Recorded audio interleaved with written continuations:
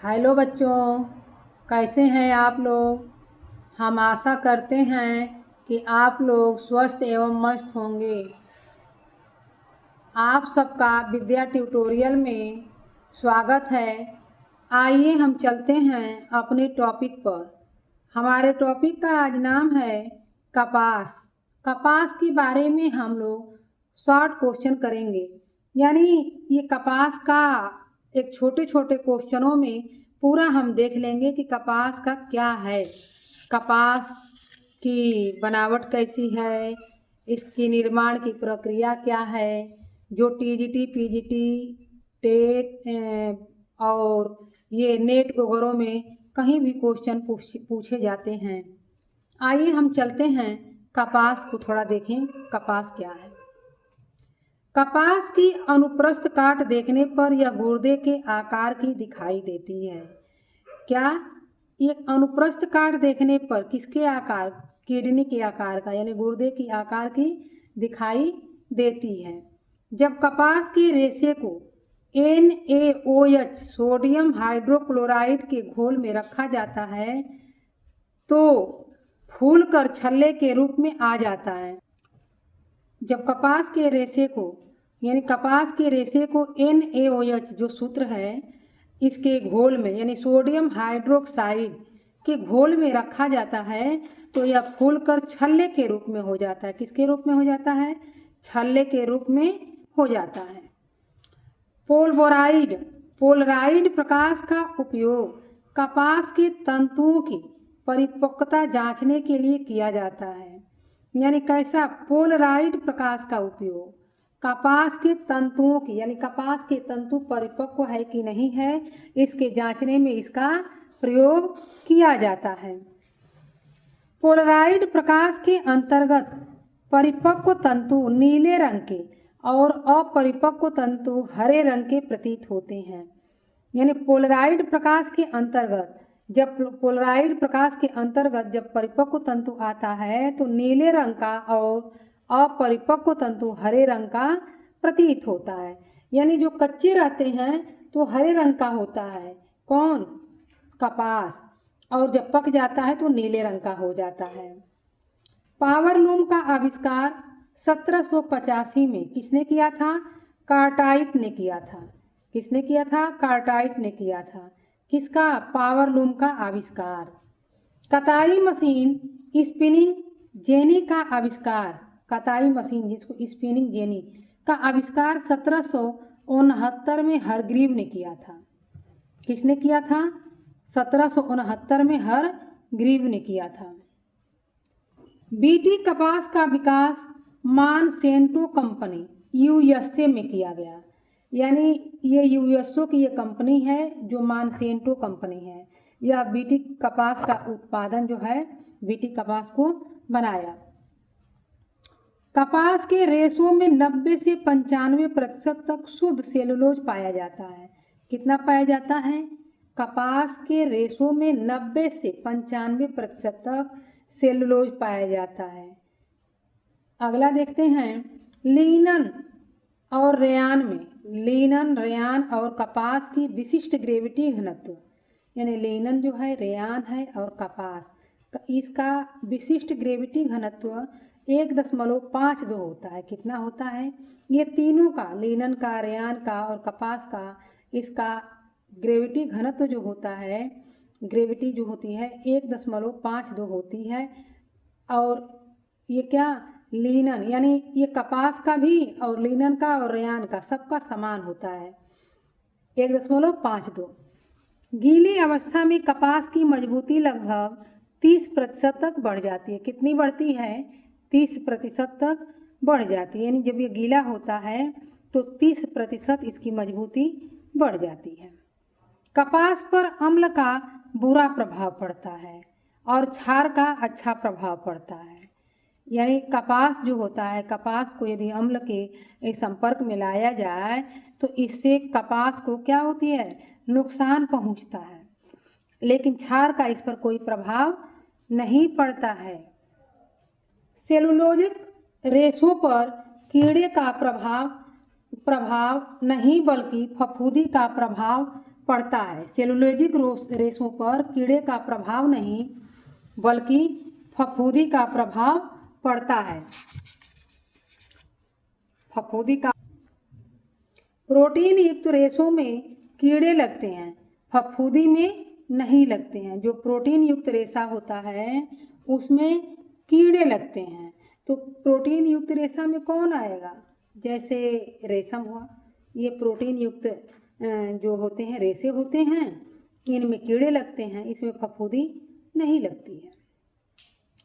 कृत्रिम रेशा नायलॉन में कीड़े नहीं, कृत्रिम रेशा नायलॉन में न कीड़े न फफूंदी, यानी दोनों नहीं लगती है। जो कृत्रिम रेशा होता है, जैसे कृत्रिम रेशा जो होता है जैसे नायलॉन है, इसमें कीड़ा और फफूंदी दोनों नहीं लगती है। कपास उत्पादन की विभिन्न यांत्रिक एवं परिष्करण प्रक्रिया का क्रम। अब इसके क्रम को देखते हैं कि कपास के उत्पादन की विभिन्न यांत्रिक एवं परिष्करण प्रक्रिया का क्रम क्या है। इसमें शुरुआत होती है खेती करना, फिर इसके बाद क्या होता है, इसका क्रम है खेती करने के बाद हार्वेस्टिंग की जाती है।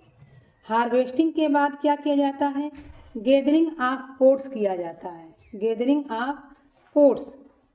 फिर गिनिंग किया जाता है। गिनिंग का मतलब होता है बिनौलों को निकालना। कार्डिंग एंड डबलिंग, इसके बाद आता है कार्डिंग एंड डबलिंग, यानी धुनाई की जाती है।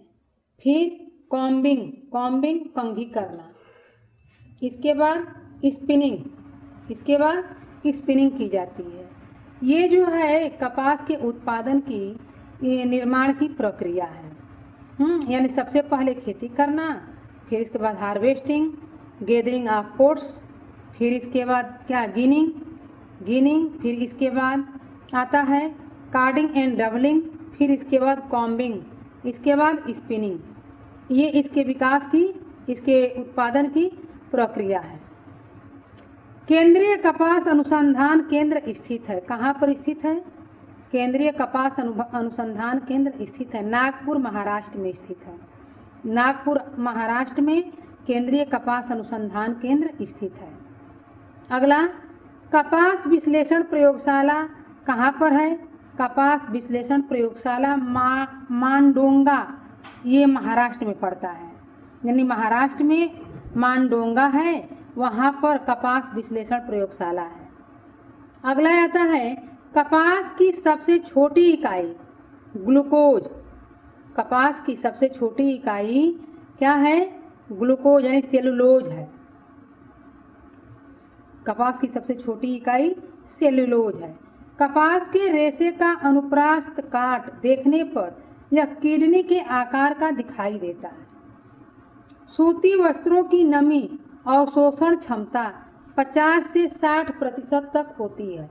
सूती वस्त्रों की नमी अवशोषण क्षमता 50, यानी सूती वस्त्रों में नमी को शोषित करने की जो क्षमता होती है 50 से 60% तक होती है।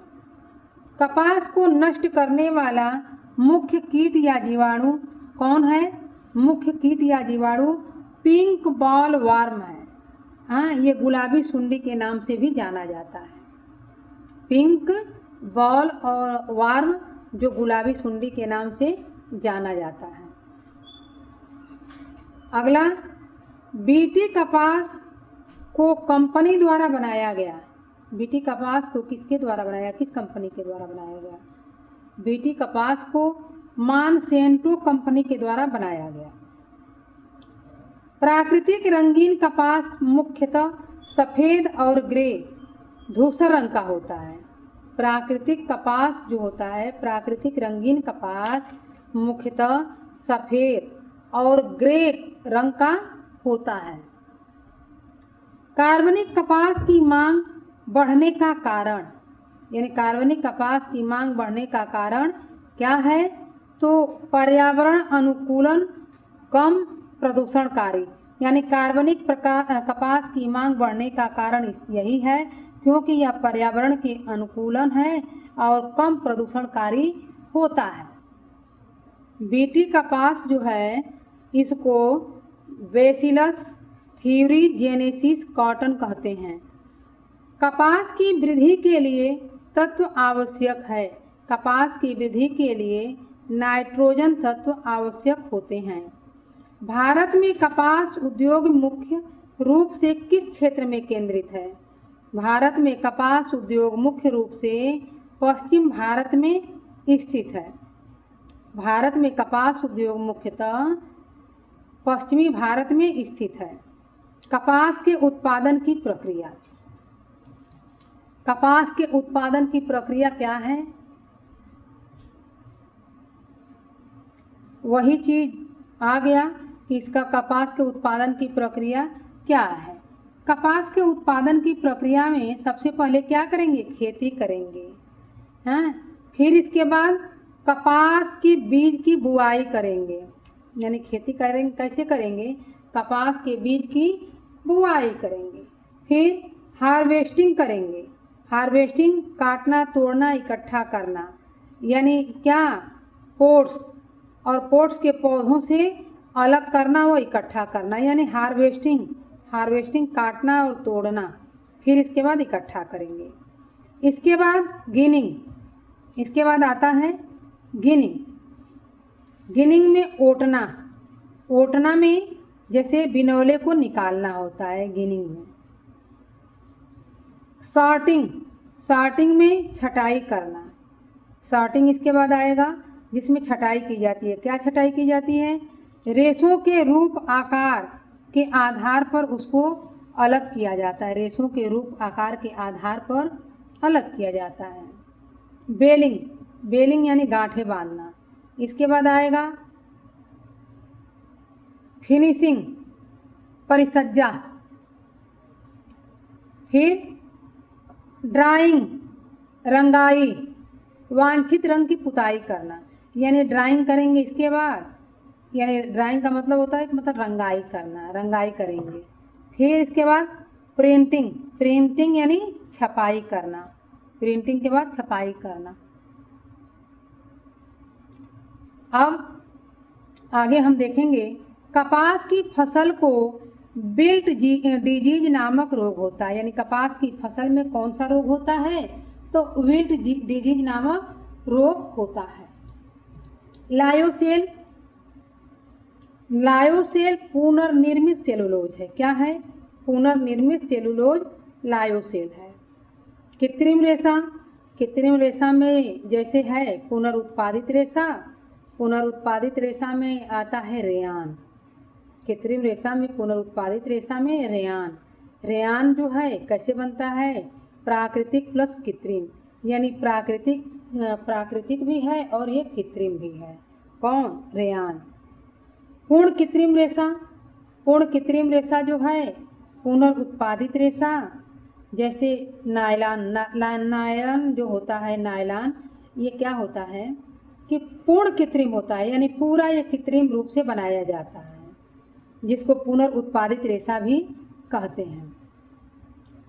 फिलामेंट का मापन मीटर में मापा जाता है। हम जानते हैं कि फिलामेंट और स्टेपल होता है। तो फिलामेंट में जो होता है, वो फिलामेंट जो होता है उसका मापन जो होता है मीटर में होता है, और स्टेपल का मापन जो होता है इंच या सेंटीमीटर में होता है। स्टेपल जो होता है छोटे तंतुओं को मापा जाता है, और मीटर में बड़े तंतुओं को मापा जाता है।